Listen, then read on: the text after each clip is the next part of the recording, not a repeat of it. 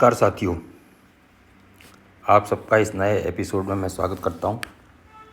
साथियों, जैसे कि आप टाइटल देख ही रहे हैं, तो आज मैं आपको राहु काल हम किस प्रकार निकाल सकते हैं, ठीक है, ये मैं बताऊंगा, है ना। तो राहु काल हम निकालते क्यों हैं, हमें क्यों चाहिए राहु काल, थोड़ा सा इसके बारे में बता दूं।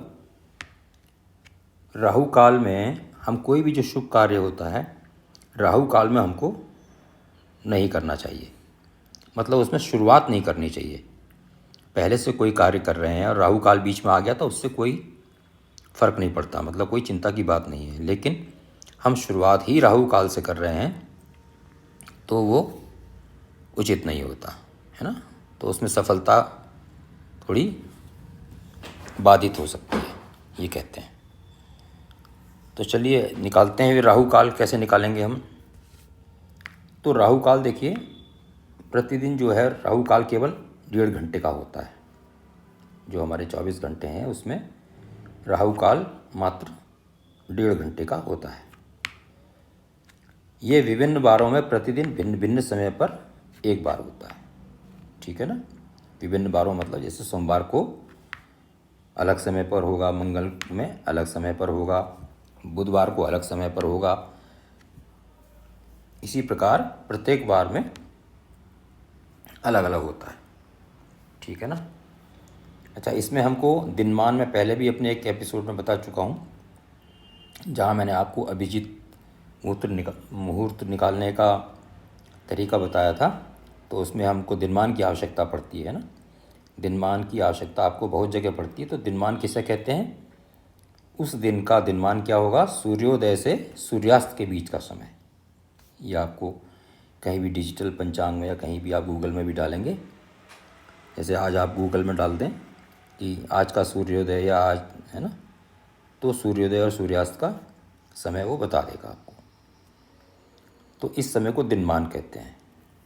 तो हमने जिस दिन का भी राहु काल निकालना है तो हमने उसका दिनमान देख लिया, ठीक है ना, पंचांग से देख लिया या गूगल से देख लिया, जैसे भी आपको उचित लगता है, जैसे आपको कन्वीनियंट लगता है। तो दिनमान एक महत्वपूर्ण कैलकुलेशन है। उसके बाद जो दिनमान हमारा निकला उसके हम 8 भाग करेंगे, है ना, तथा निम्न सारणी के अनुसार राहु काल निकालेंगे। तो ये सारणी क्या है? देखिए, ये वार लिखे हुए हैं, ये भाग लिखा है। तो वार कौन सा है? रविवार है मान लीजिए, तो रविवार को कौन सा भाग होगा? 8वां भाग होगा। उसके बाद सोमवार को दूसरा भाग। किसका दूसरा भाग या किसका 8वां भाग? जो दिनमान निकला है, ठीक है ना। हमने उसके 8 भाग कर दिए। कहने का मतलब है कि जो हमारा सूर्योदय से सूर्यास्त के बीच का जो दिनमान निकला था उसके हमने 8 भाग कर लिए, है ना। उस पूरे हिस्से को 8 भागों में बांट लिया। तो जो उसका 8वां हिस्सा होगा, ठीक है ना, वो रविवार के दिन उसको हम राहु काल कहेंगे। इसी प्रकार जो दूसरा हिस्सा होगा उसको सोमवार के दिन दूसरा, मान लीजिए मंगलवार है ना, मंगलवार को निकाल रहे हैं तो जो दिनमान निकला उसका 7वां हिस्सा। मान लीजिए अब राहु काल बुधवार को देख रहे हैं तो जो उसका 5वां हिस्सा निकला वो माना जाएगा राहु काल। मान लीजिए गुरुवार का दिन है, बृहस्पतिवार का दिन है और आपको राहु काल निकालना है तो जो उसका 6ठा हिस्सा है दिनमान का वो होगा, ठीक है ना। शुक्रवार को निकाल रहे हैं तो चौथा होगा और शनिवार को जो निकाल रहे हैं वो तीसरा होगा। जैसे हम फिर से मैं यहाँ पे थोड़ा सा वो आपको और इजी करूँ, जैसे रविवार को मान लीजिए निकाला तो 8वां हिस्सा। तो इससे क्या प्रतीत होता है? 8वां हिस्सा कब आएगा? बिल्कुल लास्ट में आएगा, देखिए, है ना। तो सूर्यास्त के समय का जो हिस्सा होगा, सूर्यास्त के समय तक पहुँच जाएगा ना 8वां हिस्सा, तो वो आपका रविवार का दिन वो होगा। और इसी प्रकार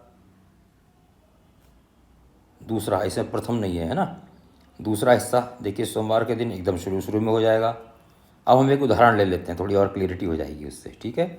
मान लीजिए हम 9/4/2024 को दिनमान जो है हल्द्वानी का, मैं हल्द्वानी से निकाल रहा हूँ,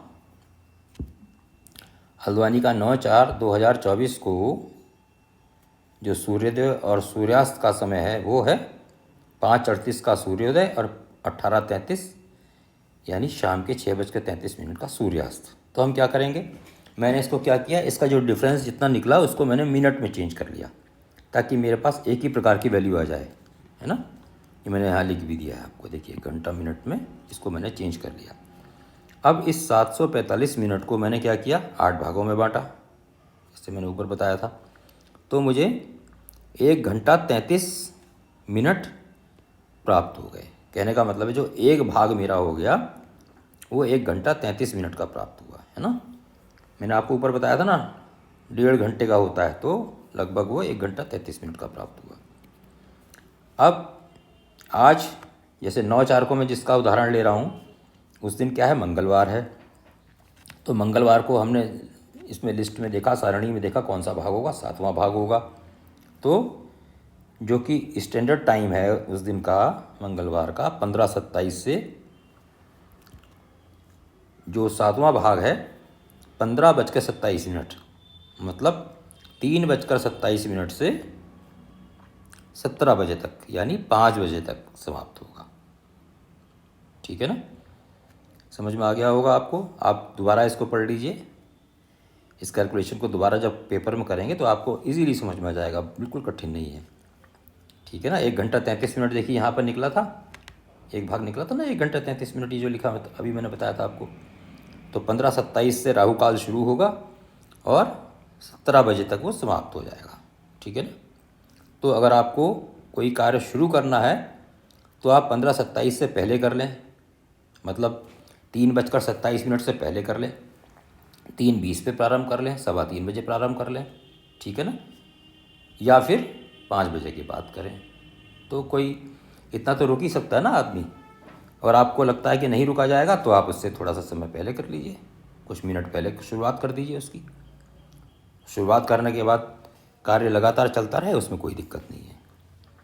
फिर देखिए मैंने यहाँ पर एक आपको नोट दिया है कि जो आप कैलकुलेशन करेंगे तो कैलकुलेटर से जो निकालेंगे ना तो उसमें थोड़ा सा गलत आ जाता है, क्योंकि घंटा मिनट जो है कैलकुलेटर से नहीं निकल पाएंगे आपके, वो आपको मैनुअली निकालने पड़ेंगे। बहुत इजीली निकाल लेंगे आप डायरेक्ट गुणा तो कर सकते हैं कैलकुलेटर में, है ना। मान लीजिए आपको 50 की गुणा 8 से करनी है तो 8 पंजे 40, 400 जो है वो तो गुणा कर सकते हैं। लेकिन आप उसको मान लीजिए 400 मिनट को 8 से भाग देंगे। आप मान लीजिए 400 मिनट है फॉर एग्ज़ाम्पल सॉरी, मान लीजिए 400 मिनट हैं और आप उसको कहें कि मैं भाग दूं, घंटा निकालूं, तो आपको थोड़ी मुश्किल पड़ेगी, क्योंकि आप 60 से भाग देंगे तो वो जो बचा रिमाइंडर होगा वो गलत आएगा उसमें। तो इसीलिए मैंने आपको ये लिख दिया है कि आपको ये जो कैलकुलेशन कैलकुलेटर से नहीं निकलेगी, आपको मैनुअली आप कर लीजिएगा। बहुत सरल है, बहुत बड़ी कोई मैथमेटिक्स नहीं है ना। जो हम लोग 4वीं 5वीं में पढ़ते थे उस लेवल की मैथमेटिक्स होगी इसमें। तो मैं आशा करता हूँ कि आपको राहु काल निकालना आ गया होगा। इसको निकालिए और इसका इस्तेमाल कीजिए। मिलते हैं अगले एपिसोड में, तब तक के लिए आप सब लोगों को मेरा नमस्कार।